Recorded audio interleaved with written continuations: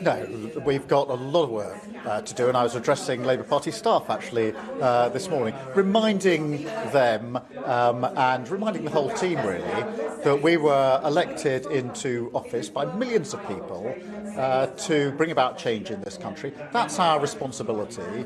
My responsibility is to serve the people who voted us into office, serve my country, to remind people what we have achieved already in terms of stabilising the economy, investing in the NHS so that waiting lists are coming down.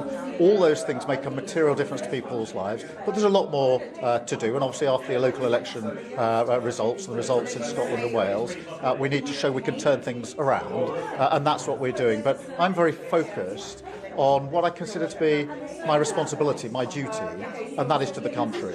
8 days ago you said you will fight the next election and serve a full second term. Is that still the case?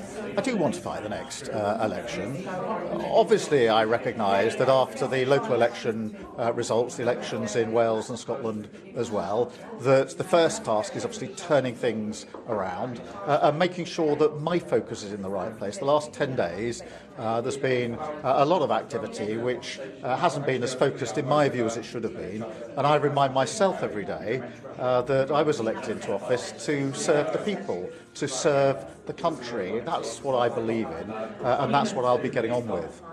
If someone else gets 81 MP backers and challenges for leadership, will you fight them? Well, we're not at that position, Chris, but I've said I don't know how many times that I'm not going to walk away. I feel very strongly that I must serve the people who voted me into office. Do I recognise that we've got to turn things around after those election results? Yes, of course I do. And obviously a lot of people in the Labour Party have been talking about what has to happen next. I recognise that. But it is really important, I think, for me at least, to remind myself, why am I in politics? I came in to serve my country. That's how we won the election.